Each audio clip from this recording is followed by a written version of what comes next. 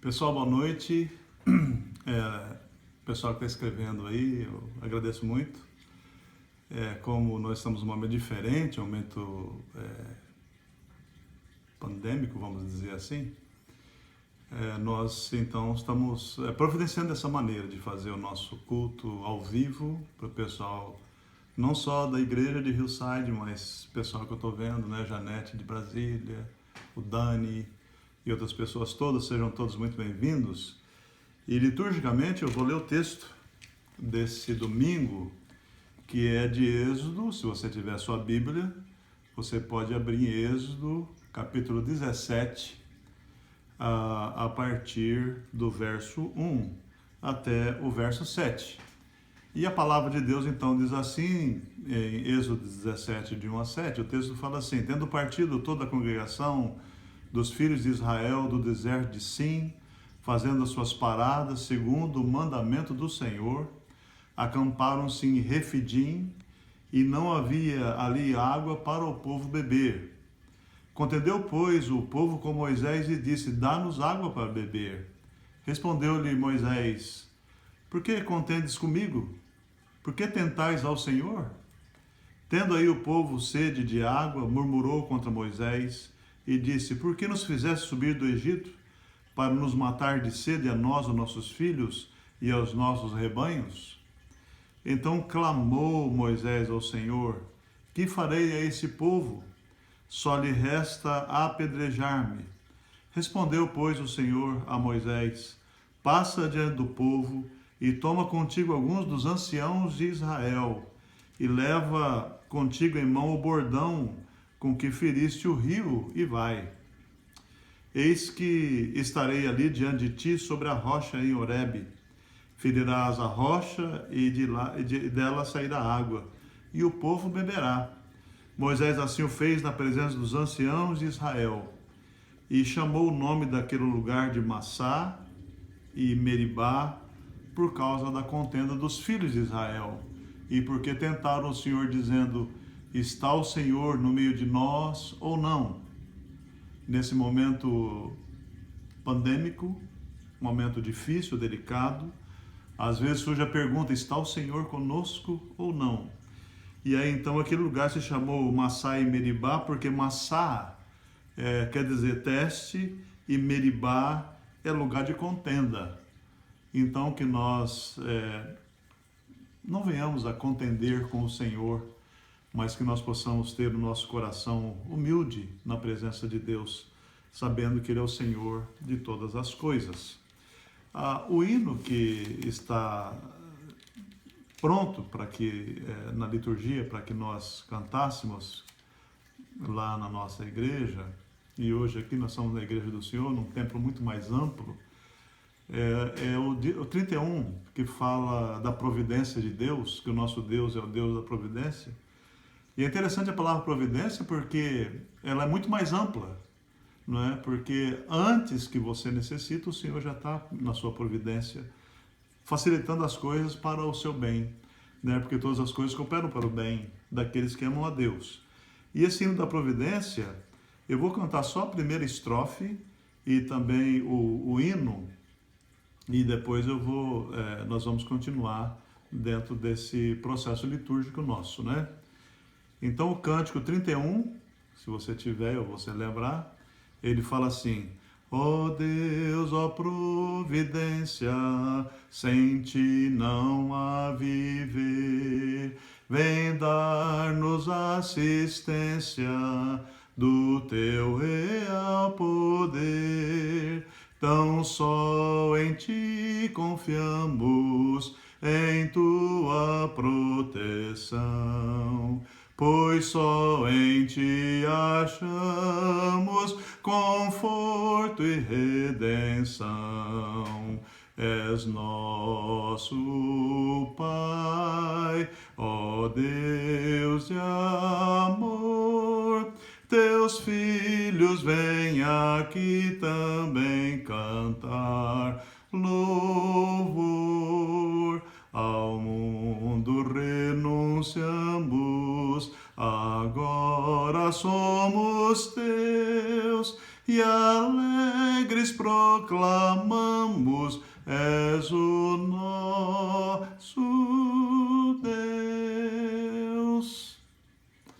Agora eu vou fazer também a leitura, como louvor a Deus, do Salmo 95, da palavra de Deus, o Salmo 95. E a palavra de Deus, então, traz os seguintes dizeres, que vai nos edificar também nessa noite. A palavra de Deus, então, fala assim: vinde, cantemos ao Senhor com júbilo, celebremos o rochedo da nossa salvação. Saiamos ao seu encontro com ações de graças, vitoriemo-lo com salmos. Porque o Senhor é o Deus supremo e o grande Rei acima de todos os deuses. Nas suas mãos estão as profundezas da terra e as alturas dos montes lhe pertencem. Dele é o mar, pois ele o fez. Obra das suas mãos o continente. Vinde, adoremos e prostremo-nos. Ajoelhemos diante do Senhor que nos criou. Ele é o nosso Deus e nós, povo do seu pasto, ovelha da sua mão. Hoje, se ouvirdes a sua voz, não endureçais o coração como em Meribá, como no dia de Massá no deserto, quando os vossos pais me tentaram, pondo-me à prova, não obstante terem visto as minhas obras. Durante 40 anos estive desgostado com essa geração e disse: é povo de coração transviado, não conhece os meus caminhos. Por isso jurei na minha ira, não entrarão no meu descanso. Quero chamar a atenção para o verso 1, 20, cantemo-lo ao Senhor com júbilo, celebremos o rochedo da nossa salvação. Vamos fechar os nossos olhos, curvando a nossa cabeça e buscando a presença do Senhor em nome de Jesus. Então, Senhor Deus, nós estamos aqui com os teus filhos espalhados aqui por vários cantos desse mundo que é do Senhor. E nós queremos prestar esse culto de adoração ao Senhor, de maneira diferente do que estamos acostumados, mas com o nosso coração da mesma forma ardente na Tua presença. E queremos adorá-lo por aquilo que o Senhor representa para nós, na Tua palavra, pelo que o Teu Espírito testifica no nosso coração. De maneira, Senhor Deus, que o nosso coração nessa noite é um coração de adoradores e de adoradoras na Tua presença.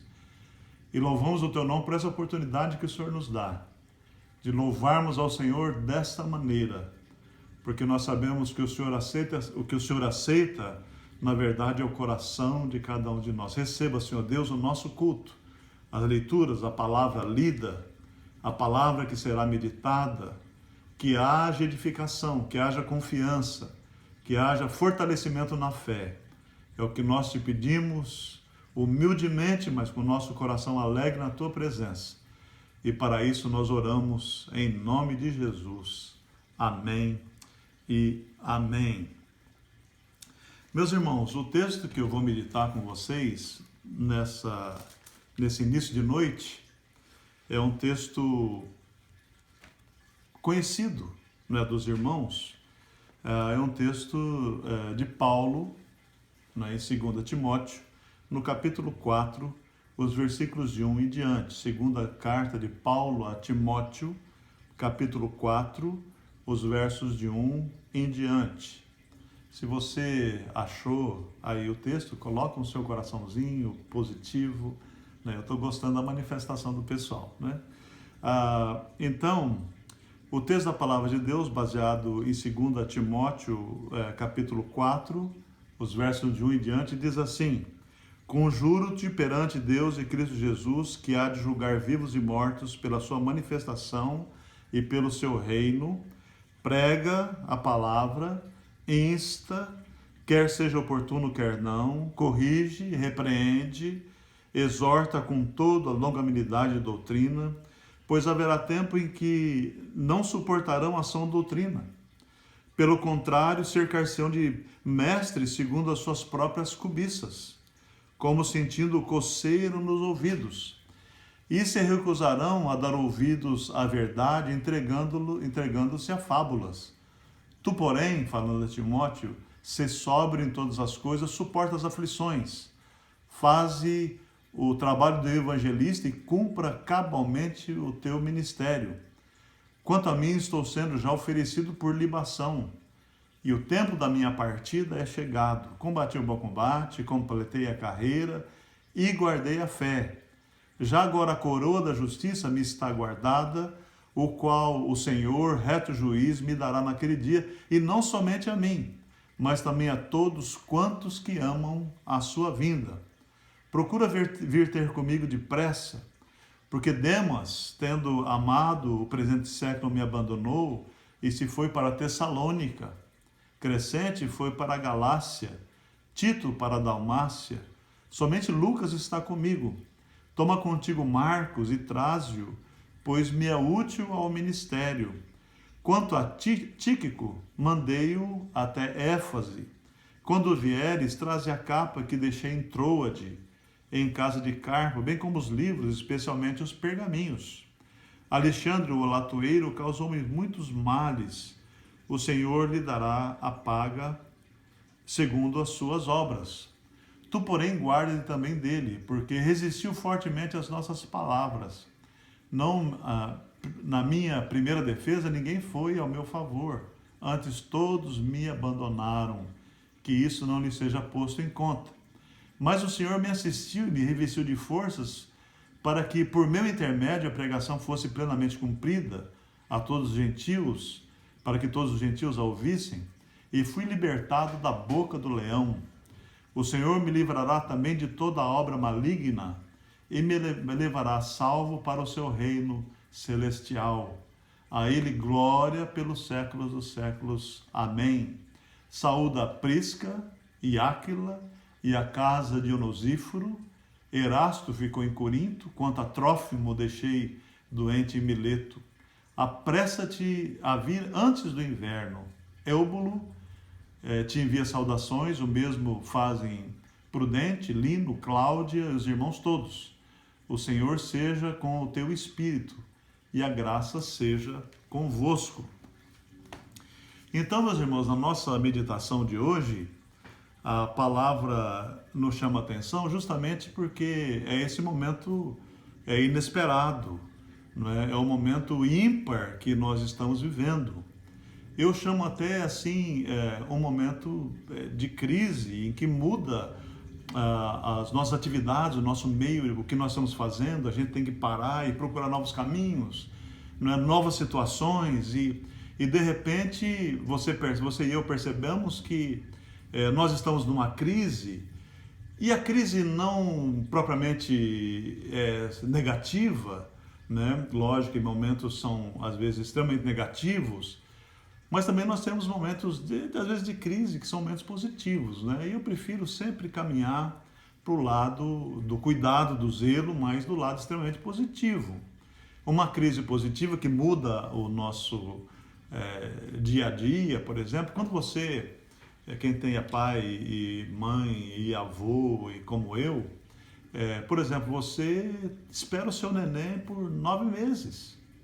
Aí, de repente, o neném chega e você entra em crise, porque por mais que você tenha se preparado, você ainda sofre, porque você tem que se adaptar, né? Porque no começo, possivelmente, você é sozinho numa casa, você é esposa, e agora tem um neném, está dormindo, não dormiu, precisa de fralda, precisa de comida, né? E você entra num medo, né? Num susto.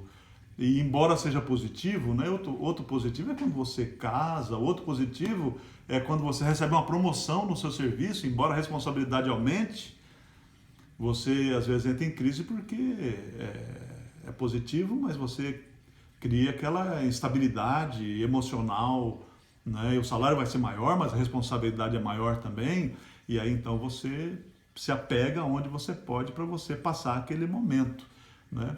E assim também, não é diferente esse momento que você e eu passamos, né? Onde de repente se instalou uma situação extremamente nova, né? Eu particularmente estava em viagem e de repente então vem a notícia, a gente já estava no final da viagem, a notícia, olha, o presidente na sexta-feira vai travar o caminho, não vai deixar com que haja tráfego dos aviões que vêm da Europa para cá. E nós chegamos um dia anterior, então, no aeroporto, e fomos procurar o meio para retornar, sem que seja na sexta-feira, porque meia-noite os aviões da Europa não poderiam entrar, somente os aviões que viriam da Inglaterra. Instalou-se um mal-estar, né? uma crise, né? Um momento delicado. Bom, tendo isso, então, pôs-se a orar e se adaptar nesse novo momento, e de repente as coisas facilitaram e funcionaram, e foi isso de uma maneira muito interessante, foi resolvido, né? Mas o importante é que nesses momentos difíceis e de crise, as coisas tomam um rumo interessante. Mas a realidade que você e eu temos que sentir nesse momento é que, embora pareça que a pandemia ou a doença ela não esteja acontecendo, na verdade ela está acontecendo. Os hospitais estão cheios, os países estão fechando, Espanha fechou, Inglaterra já toma decisões, França fecha todos os bares, o Brasil, ainda que pequena por causa do calor talvez, ainda não esteja tão difícil, mas aqui na América nós temos Washington, nós temos algumas cidades, alguns estados tomando precauções, porque a realidade é de crise, a realidade ela é difícil. Mas nesse texto da Palavra de Deus, meus irmãos, eu quero meditar com você que ouvi um comentário de um colega no Facebook de manhã, ele dizendo que a graça, ela não te deixa imune. Ela não te deixa imune. A graça de Deus, ela dificulta, às vezes, as situações que, muitas vezes, o crente até mesmo vive, né? A graça de Deus não nos isenta de passar por situações delicadas e por problemas. Ainda que você seja um crente fervoroso, ainda que você seja um crente que contribua, um crente presente, um crente que ora, às vezes então se instala essa crise na sua vida e na sua existência, e você tem que tomar uma reação, você tem que fazer alguma coisa. E aí então que você ora, mas a graça de Deus, ela não te isenta de passar por problemas. Mas o que é a graça de Deus? É justamente é o favor imerecido. Quem doa e quem dá a graça, ela é nobre.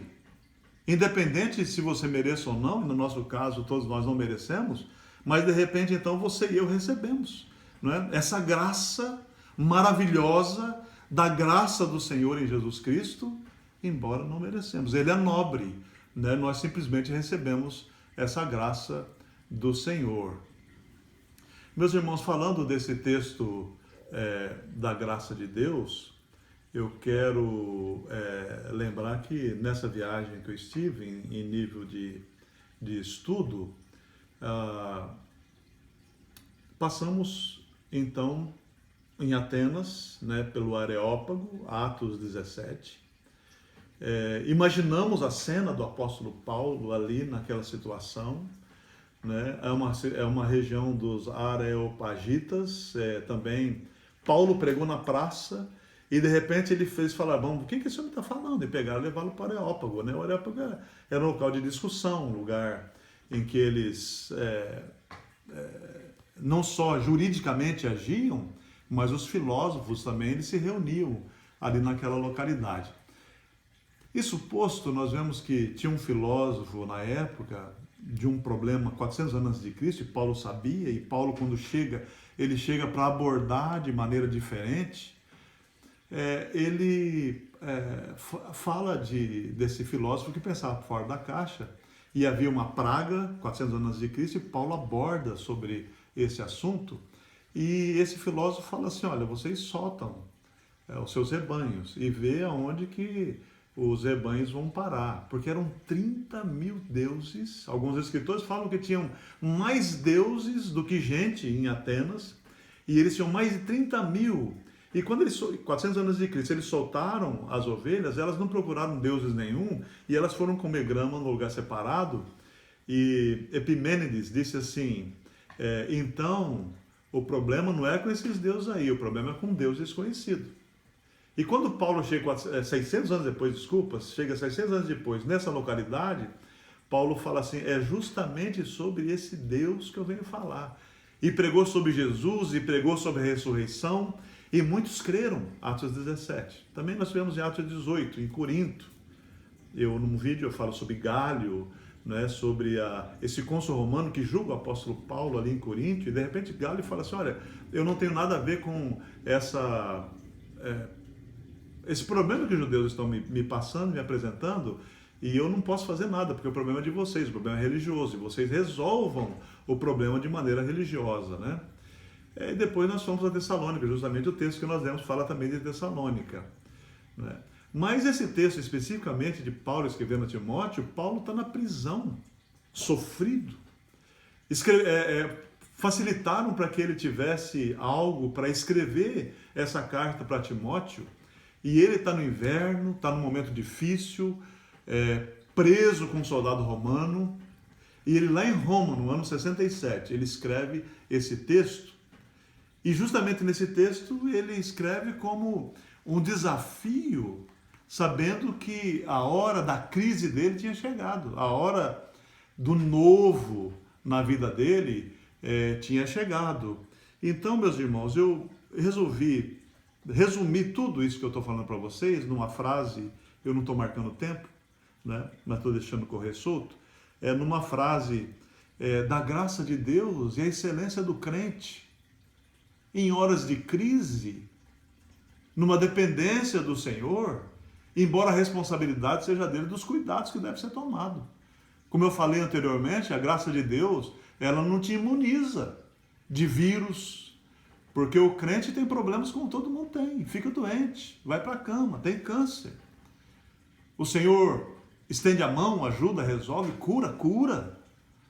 Mas você também tem que fazer por onde, fazer a sua parte, não é? E aqui, meus irmãos, nesse primeiro momento, então vendo que essa graça de Deus e a excelência do crente em relação à palavra, porque em todos os momentos de crise da raça humana, a raça se volta para a palavra. De algum jeito, Deus levanta, assim foi no tempo de Josias, assim foi no tempo de Lutero, assim é no nosso tempo, quando nós voltamos à própria palavra de Deus e buscamos sabedoria na própria palavra de Deus. Então, a minha divisão nesse texto que eu estou fazendo para vocês, vai dos versículos 4 ao versículo de 1 a 5, os versículos no capítulo 4, os versos de 1 a 5, assim, que mostra a excelência, né, do ministério da palavra, do ministério nosso, que é a graça de Deus, esse ministério.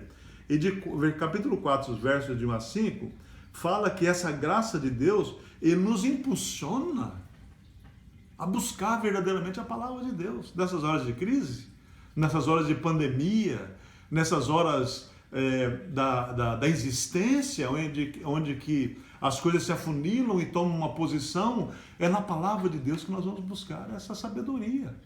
E vamos buscar a presença do Senhor. E queremos cultuar mais o Senhor.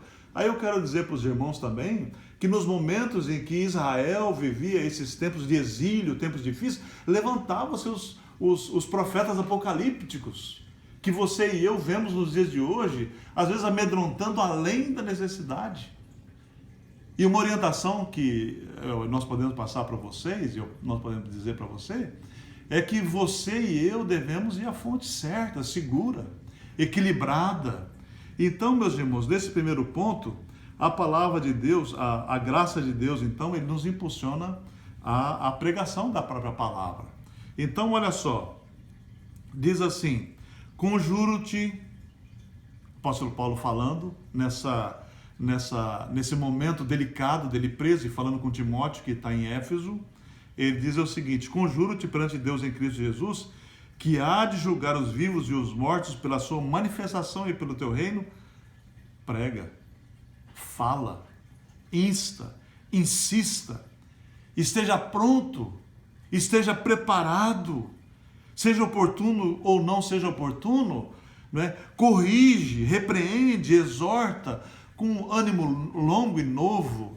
E eu penso lá no apóstolo Paulo, lá no Areópago, em que ele arruma uma maneira diferente, instantânea, pelo Espírito Santo, para ele pregar a palavra para os areopagitas e para também os filósofos, e muitos creram na ressurreição de Jesus e muda a cosmovisão de uma maneira diferente. E é o que Paulo está falando para ele nessa graça de Deus que nós não merecemos, em que ele fala então, corrige, repreende, exorta com longanimidade e com toda doutrina. Lembrando que nesses momentos difíceis, a palavra doutrina aqui é com toda capacitação, com toda inteligência. Buscando na palavra de Deus o que é necessário para a edificação do outro e para a sua edificação mesma.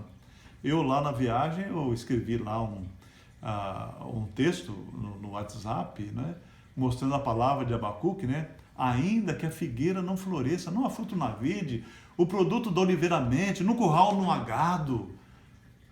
Todavia eu exulto no Deus da minha salvação. Nas horas de crise e dificuldade, é hora de buscar o Senhor e se exultar, sabendo que o Evangelho é boa nova e que se renova em mim e você dentro da palavra de Deus, pelo Espírito de Deus no seu coração.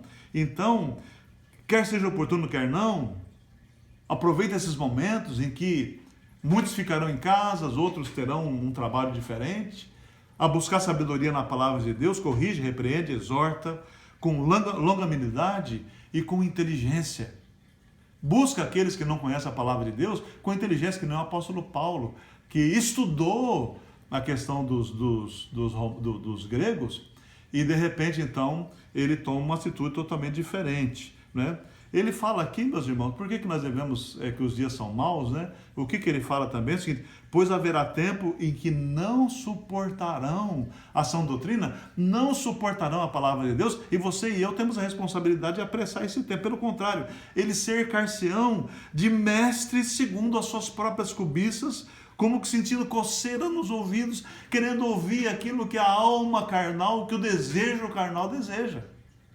E é justamente isso que o apóstolo Paulo combateu, é isso mesmo que a palavra de Deus aqui combate, é justamente que você devemos combater. Porque segundo Calvino, o coração do homem é uma indústria de ídolos. Já pensou? Vocês imaginam comigo, ali na região da Grécia, em Atenas, né, tem um panteão de deuses, e 30 mil deuses. Deuses para todas as coisas, para todos os dias e para todas as horas. Porque o homem, ele gosta de coisas segundo o seu ouvido.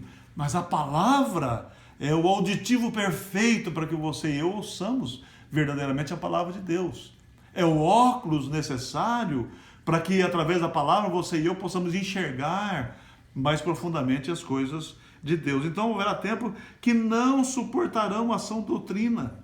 Pelo contrário, cercar-se-ão de mestres segundo as próprias cobiças, como sentindo coceira nos ouvidos, e se recusarão a dar ouvido à verdade, entregando a fábulas, entregando a mitos, entregando a mentiras, a mitos é mentiras, entregando-se, por exemplo, a ouvir, né, a questão do que um fala, do que o outro fala, e não vão na fonte correta, não vão na fonte certa.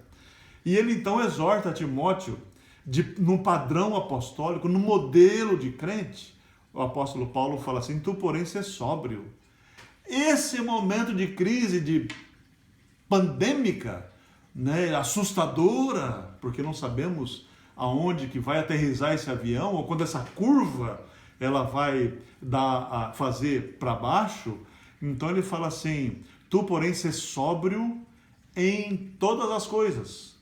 Sobriedade, equilíbrio, bom senso, não é? Faz o seu trabalho, prega a palavra, cumpra cabalmente o seu serviço eclesiástico, cumpra cabalmente o seu ministério, cumpra cabalmente aquilo pelo qual o Senhor te coloca, e nos coloca na mesma posição. Aí, meus irmãos, além dessa graça que nos impulsiona a pregação da palavra de Deus, nós temos que uma segunda parte é que a graça de Deus em Cristo Jesus não nos isenta de encarar a morte. Olha só! A graça de Deus não te isenta de você encarar a morte, porque você vai morrer, eu vou morrer, nós vamos morrer. O momento certo da sua existência, Deus é que sabe.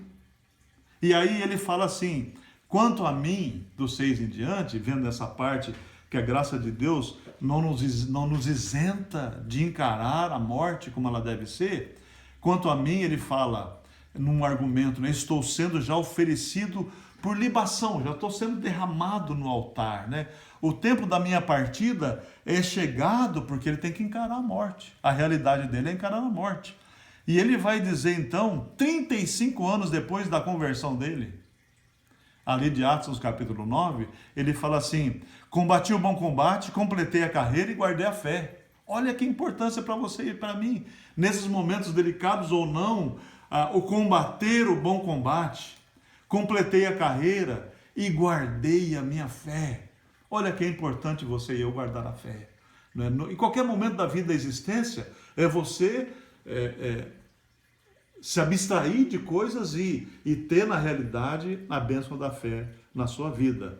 E ele fala assim, já agora a coroa da justiça, pensando em esporte, os esportes istmos de Coríntios, né?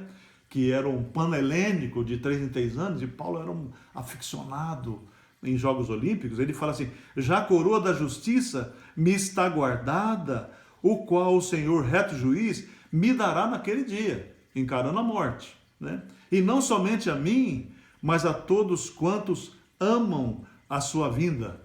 Amam a sua vinda, guarda a fé, combate o combate, pega a coroa da justiça, porque o Senhor vai dar para você certamente a coroa da justiça, porque você e eu amamos e esperamos o retorno do Senhor, a segunda vinda do Senhor, onde as coisas tomarão um rumo excepcional na vida daqueles que creem. Meus irmãos, uma terceira ideia é que a graça de Deus na nossa vida cristã não nos isenta da convivência com amigos e com inimigos. Aqui o apóstolo Paulo está dizendo aqui, a partir do verso 9. Ele fala lá na prisão, na época de frio, como soldado romano, em Roma, escrevendo para Timóteo em Éfeso, ele fala assim, procura vir ter comigo depressa, porque na hora da crise, do problema, ele tem pressa. O apóstolo Paulo tem pressa. Procura vir comigo depressa, porque Demas, que não é tão amigo, tendo amado o presente século, me abandonou. Na vida cristã, quanto não nos abandonam? Ou abandona a igreja, ou abandona a amizade, ou abandona o convívio dos cristãos ou dos crentes por alguma maneira. E o apóstolo Paulo fala, Demas, tendo amado o presente século, me abandonou e se foi para Tessalônica. Tessalônica é uma cidade linda, tivemos lá. Crescente foi para a Galácia, lá na Turquia, né? Tito foi para a Dalmácia, a atual Croácia, nos dias de hoje. Somente Lucas está comigo, médico historiador. Toma contigo Marcos, que é amigo, e traze-o, pois me é útil para o ministério. Dentro dessa visão de convivência com inimigos e com amigos e com inimigos, dentro dessa graça, que ela não impede que você tenha inimigos, né? Ele fala, Tíquico, mandei para Éfeso. Olha que ele, né, tomando a liderança. Quando vieres, traze a capa. Deixei em Troade. Troade é Troia, né?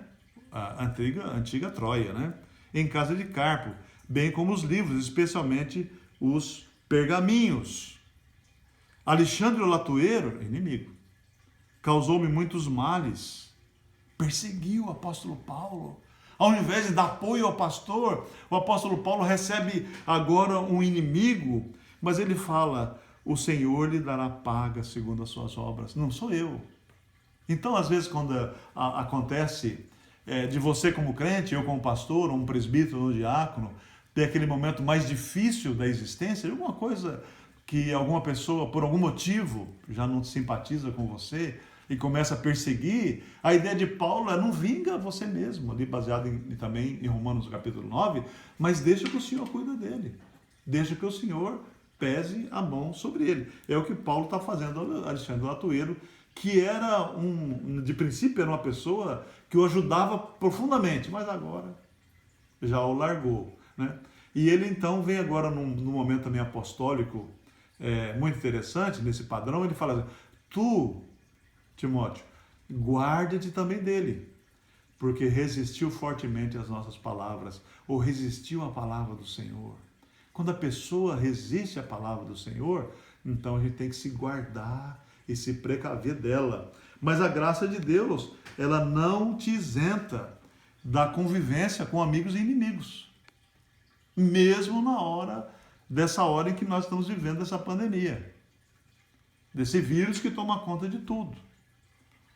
De repente as pessoas não concordam com você, ou no momento, às vezes você pode querer ficar sentido, que às vezes a pessoa não cumprimentou você, mas por questão de higiene, nós vamos até entender, né? Mas de repente tem aquelas pessoas que são mais difíceis. O apóstolo Paulo fala que a graça de Deus, ela não te isenta de conviver com pessoas que têm esse comportamento mais difícil.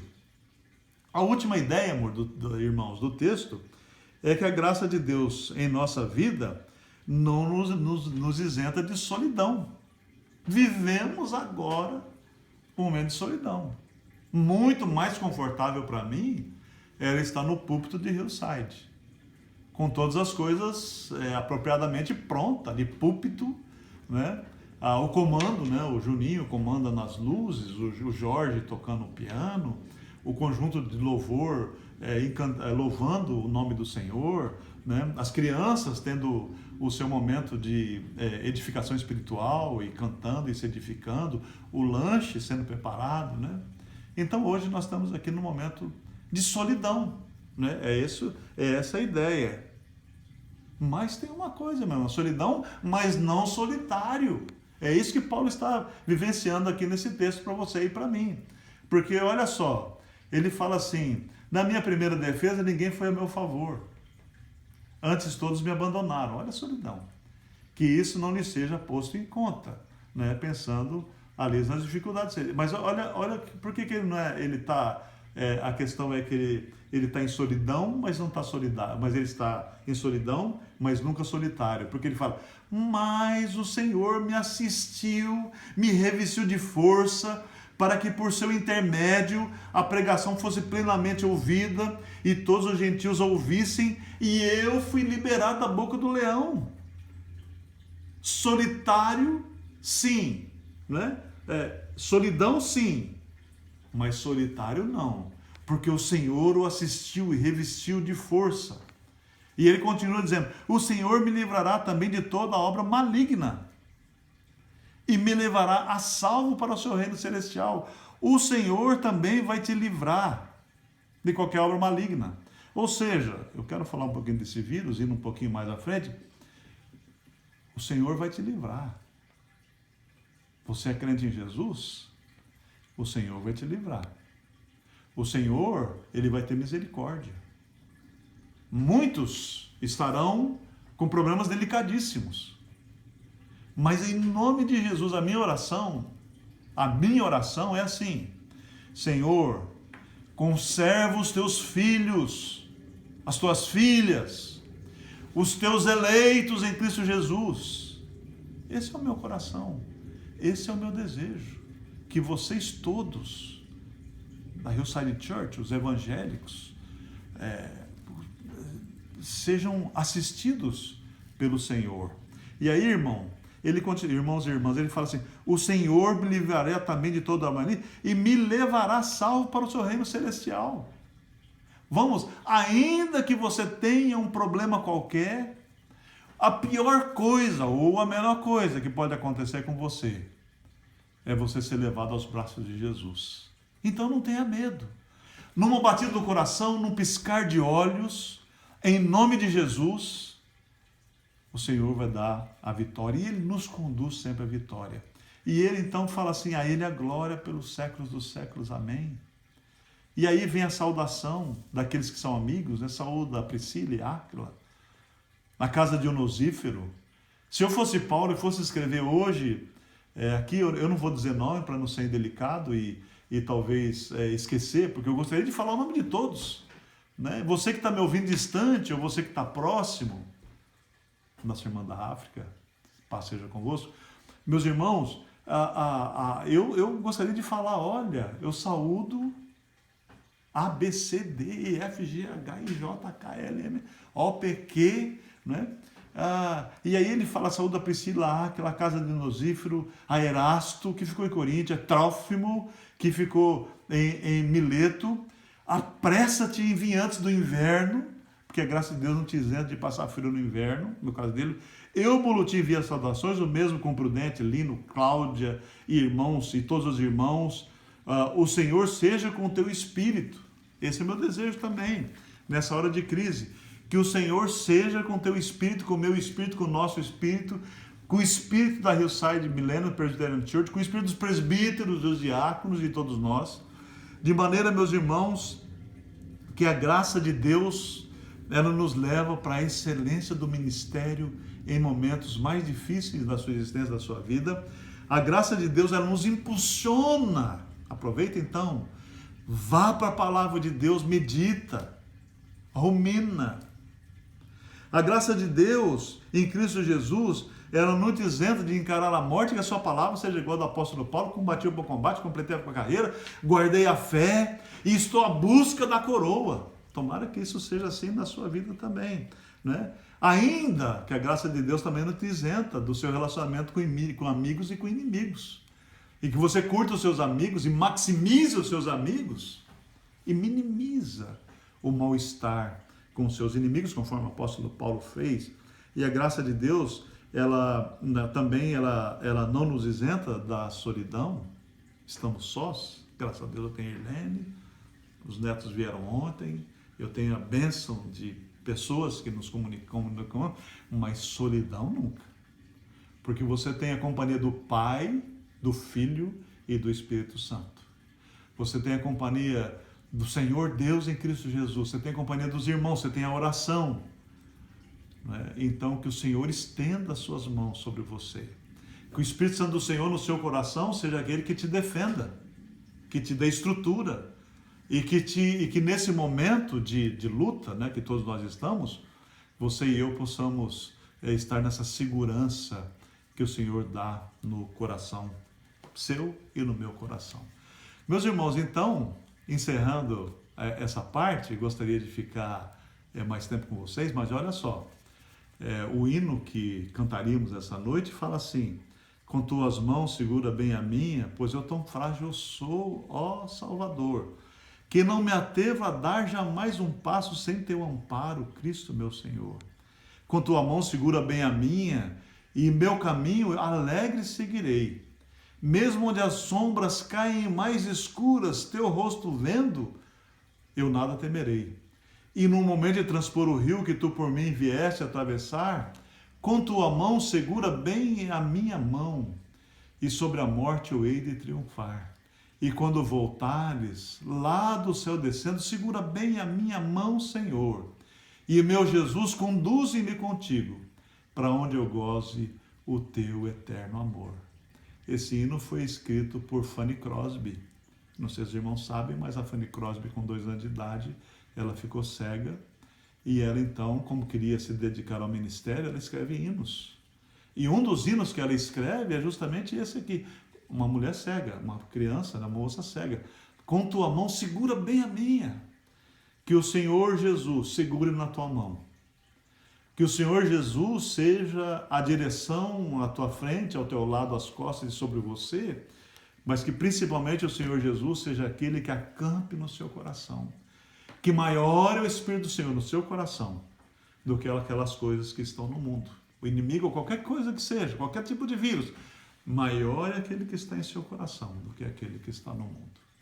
Que o Senhor te abençoe, que o Senhor te guarde, em nome de Jesus. Eu vou agora fazer a última oração. Senhor Deus e Pai, eu louvo o teu nome pelo privilégio que o Senhor nos deu, dessa comunicação com pessoas em diferentes países de maneira tão distante. Mas estenda as tuas mãos, Senhor Deus, e nos proteja a todos nesse momento de problema globalizado.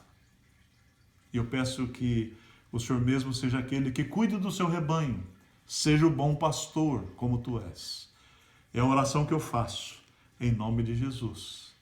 E agora, irmãos, que a graça maravilhosa do Deus Pai, Filho e Espírito Santo repouse sobre todos vocês, amados e amadas do Senhor Jesus, hoje, aqui, agora e para tudo sempre. Amém e amém. Deus abençoe, meus irmãos. Até um outro momento.